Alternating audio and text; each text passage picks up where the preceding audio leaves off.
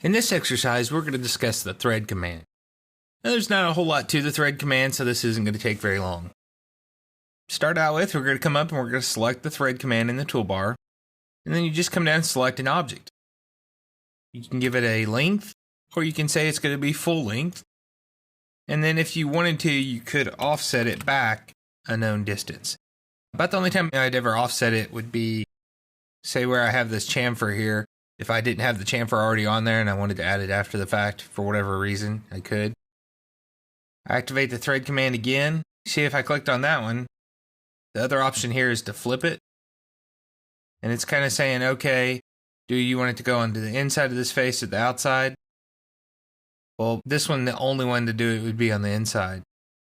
We do have the inside of this pipe or whatever this is, but it's not on the inside of this face, so to speak.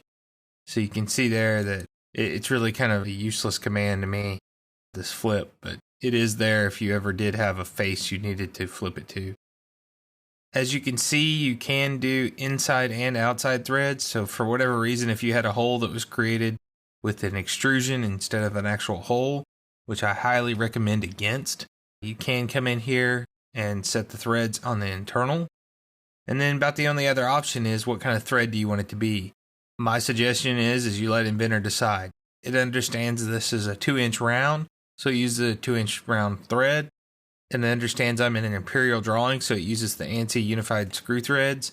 If you're in a metric drawing, about the only option there would be if you were, say you were in an ANSI metric drawing, but you were doing Japanese threads for some reason.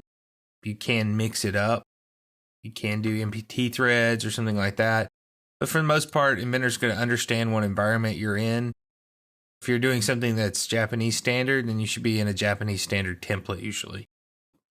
So you can change these. For whatever reason, you just absolutely had to change the way it looked. If you wanted to visually change it and you weren't going to call this out anywhere, you could change the size of the threads.